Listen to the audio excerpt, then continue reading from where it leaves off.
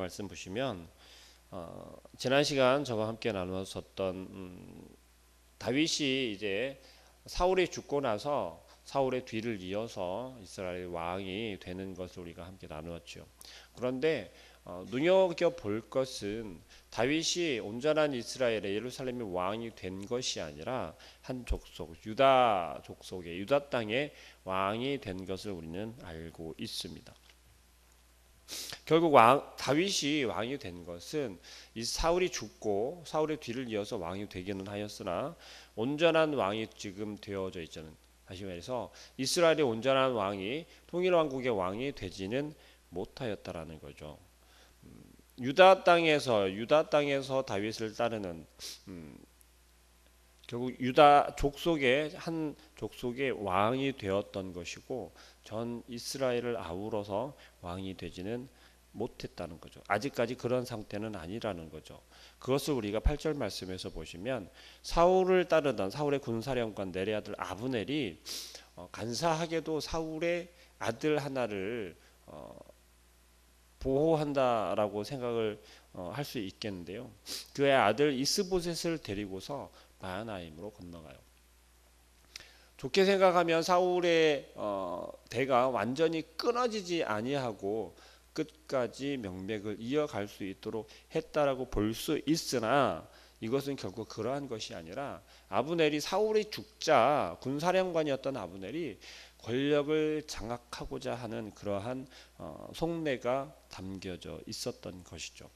그래서 이스라엘의 왕으로 이스보셋을 세우고 사울의 왕가를 이어서 그를 따르는 그 나머지 족속들이 이스라엘, 다시 말해서 이스보셋을 왕으로 세우며 그들을 따르게 됩니다. 결국 이 모습은 이스라엘이 둘로 나뉘어지는 그러한 모습을 보이게 되는 것이죠. 넬의 아들 아브넬이 오늘 등장해서 나타나는 것은 이스보셋을 왕으로 치켜 세우고 그 뒤에서 이스보셋을 움직이며 실제적인 이스라엘의 왕 노릇을 하고자 했던 것이 바로 아브넬입니다. 다윗은 온전히 유다의 장로들에게 인정을 받아서 지금 왕이 되지 않았습니까? 그러나 전 이스라엘이 아니라 한 족속의 왕. 다시 말해서 어찌 보면 다윗은 아직까지도 온전하게 세워짐을 받지 못했다라고도 볼 수 있습니다. 그리고 11절 말씀에서 이야기를 하는 바와 보면 다윗이 헤브론에서 유다 족속의 왕이 된 날수는 7년 6개월이더라 라고 유다 땅에서 유다의 왕으로 왕노를 한 기간을 설명하고 있어요. 이 기간을 기다렸다. 그곳에서 유다의 왕노릇 헤브론에서 왕이 되었다라고 하는 유다 족속을 다스렸다라고 하는 그 날수를 기록을 한 것에는 의미가 있습니다. 그것은 뭐냐면 다윗은 또 기다림의 시간을 가질 수밖에 없었다라는 거예요. 한 번에 이스라엘 전체를 통일시켜서 아우러서 왕이 되는 것이 아니라 유다 족속의 왕으로 먼저 세워짐을 받고 그들을 다스리고 그리고 오늘 12절에서 보여지는 것처럼 이스라엘이라고 하기보다는 사울에 남아있는 족속과 어찌 보면 아브넬이 되겠죠. 근데 그들과 계속해서 전쟁을 하게 된다는 거예요. 자기 족속과 전쟁을 하게 되는 거예요. 그런데 하나님께서는 이것을 이미 계획하시고 다윗으로 하여금 그 시간을 인내하며 참아내게 하시고 그리고 서서히 어떻게 해요? 이스라엘의 온전한 왕이 통일왕국의 왕이 되게 하고 있다라는 것입니다.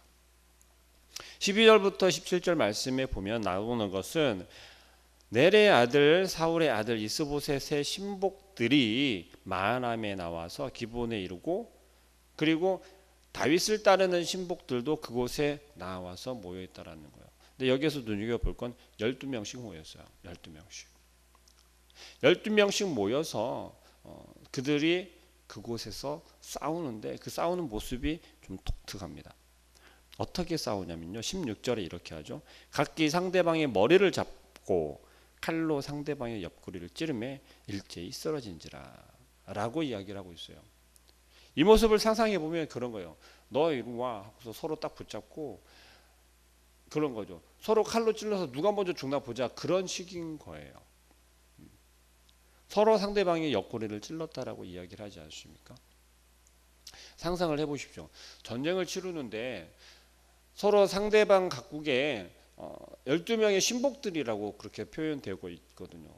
열심히 잘 따르고 앞장서고 뭐 행동대장처럼 그렇게 나아가서 싸우고 또 먼저 앞장서는 그러한 사람들이었던 거죠. 그러한 군사들이었던 거죠. 그들이 나아가서 싸우는데 12명씩 먼저 나아갔던 거예요. 이 모습을 잘 생각을 해보면 그런 거죠. 군대에 가면 그런 사람들이 있습니다.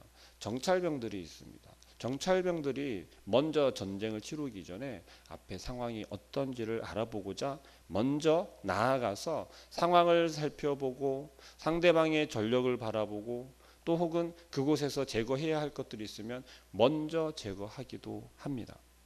그런데 오늘 보여지는 모습은 이들의 싸움을 보면 사뭇 그런 것 같아요.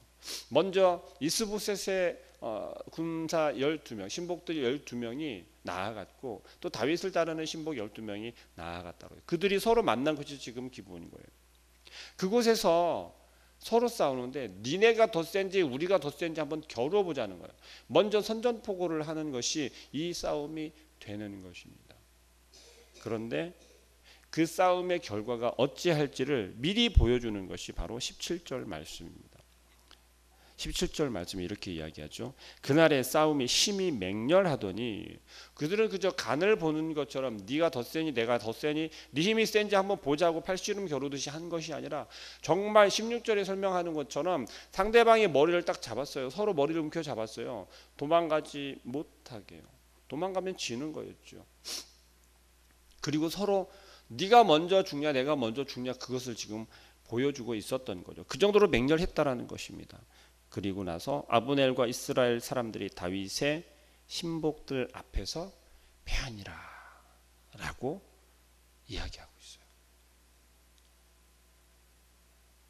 지금 17절에서 이야기를 하고 있는 이 전체적인 모습은 뭐냐면 다윗이 아브넬을 이스보셋을 따르는 그 신복들을 그 아브넬이 다스리고 있는 이스보셋을 앞에 내세워서 다스리고 있는 이스보셋을 무너뜨리고 있다라는 거고 결국은 다윗 앞에 무릎을 꿇게 된다라는 것을 이미 보여주고 있는 거죠. 예언하고 있는 것입니다. 이 전쟁을 다윗의 일가와 집안과 사울의 집안으로 묘사를 하는 학자들도 많이 있습니다. 보여지는 전쟁이 그러합니다. 다윗에게 있어서 기다림의 시간이라는 것이 얼마나 길고 길었는지는 우리가 굳이 설명하지 않아도 아마 잘 알고 있을 거예요. 그럼에도 우리가 반복해서 성경에서는 이야기를 하고 있는데요. 다윗으로 하여금 계속해서 기다리게 하고 또 다윗으로 하여금 계속해서 스스로 무언가 그 다윗의 손에 피를 묻히며 이스라엘의 왕이 되도록 하지는 않는다는 걸 우리가 성경을 통해서 볼 수 있습니다. 다윗이 하고자 하는 대로 다윗이 원하는 대로 지금 계속해서 일이 되어지는 것이 아니라 계속해서 지난 말씀들을 살펴보면 다윗이 원해서 했을 때는 곤란한 상황에 처하게 되었고 다윗이 원하는 대로 다윗이 선택해서 했을 경우에는 오히려 더 다윗이 힘든 상황으로 빠질 수밖에 없었어요.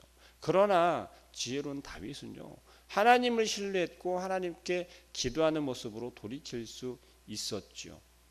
하나님께서 계획하신 바대로 하나님께서 이끄시고 하나님께서 보내시면 가고 보내지 않으시면 멈추겠노라고 하는 그러한 마음의 간구와 기도가 결국 다윗을 어디까지 이르겠습니까? 헤브론까지 가게 하였고 유다 족속의 왕이 되었다라는 거죠. 그 시간들 속에 다윗은 얼마나 마음 가운데 자기 뜻대로 하고자 하는 것들이 훨씬 많지 않았겠습니까? 내 능력으로 할 수 있는데, 내 힘으로면 지금 군대를 일으키고 흔히 말하는 쿠데타를 일으킬 수도 있는 그러한 능력이 있었다는 거죠. 하지만 그러하지 않고 기다리고 기다렸더니 결국은 한 조그만 족속이긴 하였지만 그 유다 족속의 왕이 되었다라는 거예요. 명분상 백성들을 통해서 왕으로 되어졌고 기름 부음을 받게 되었다는 거죠. 하나님께서 먼저 기름 부음 받은 것이 결국은 세상 사람들에게, 그들에게, 그를 따르는 족속에게, 유다 족속에게 인정을 받고 왕이 되었다라는 거예요. 그런데 그것도 참 야박한 게, 한 번에 이스라엘을 다 아우르는 사울 같은 그런 왕의 자리로 세워준 것이 아니라 작은 곳에서부터 시작해서 온전한 왕으로 세워짐을 당하는 것이 바로 하나님의 뜻이고 하나님의 계획이었다라는 것입니다. 우리는 다윗을 바라보면서 그저 하나님의 말씀에 순종했고 하나님의 말씀이 얼마나 능력이 있고 그 말씀에 깊이가 있으며 절대 약속을 깨지 않는다라는 것만 바라보는 것이 아니라, 다윗은 끊임없이 하나님께 기도하고 끊임없이 하나님의 때를 기다렸던 그러한 왕이었던 것이죠. 오늘 유다 족속을 다스렸던 그 기간도 7년 6개월이나 유다 족속을 다스렸고 그곳에 왕으로 세워져 있었다는 거죠. 다윗을 따르는 추종자들이 얼마나 많았겠습니까? 유다 족속의 왕이 되기 이전에도 다윗의 지도력을 따르는 이들이 많았단 말이죠. 그러면 좀 더 내실도 단단하여지고 더욱더 튼튼하여져 있지 않았겠습니까? 그렇다면 우리의 생각 같으면 다윗은 그대로 들고 일어나서 아브넬을 쳤을 수도 있다는 것이죠. 그러나 굳이 11절에서 이야기하고 있는 것처럼 하나님께서는 다윗으로 하여금 좀 더 단단하여지고 좀 더 굳어지고 굳은 심지가 있으며 철저하게 하나님의 때를 기다리게 하시는 것을 우리가 볼 수 있다는 거죠. 그 결과는 이제 12절부터 나타나는 것이 이스라엘과 유다 전쟁의 시작이 되는 모습으로 우리에게 전해지고 있습니다. 결과는 계속해서 우리가 묵상하면서 나누어지겠지만 결국 다윗이 이스라엘의 온전한 왕이 되기까지는 좀 더 처절한 전투들이 계속해서 이어지게 됩니다. 그것은 다윗으로는 어찌 보면 좀 마음 아픈 그런 전쟁이 될 수밖에 없다는 거죠. 우리의 삶 속에서 우리들에게도 지금 아브넬과 같은 그러한 사람이 분명히 있을 줄 압니다. 내가 그런 사람은 아닌지 혹시 생각해 보아야 할 것이고요. 내 주변에 혹시 그런 사람이 있다면 우리는 그를 위하여서 하나님께 간절히 기도해야 할 것입니다. 인간의 야욕이라는 것은, 야망이라는 것은, 욕심이라는 것은 끝이 없다라고 합니다. 하나를 얻게 되면 또 하나를 얻게 되고, 내 양손에 두 개를 가지고 있다 하더라도 내 주머니 무언가를 더 채우고 싶은 게 인간의 욕심이라고 이야기합니다. 아브넬은 어떠한 사람이었겠습니까? 보여지는 바와 같으면 우리나라 조선시대를 생각해 보면 아마 좀 더 이해가 빠르리라 생각합니다.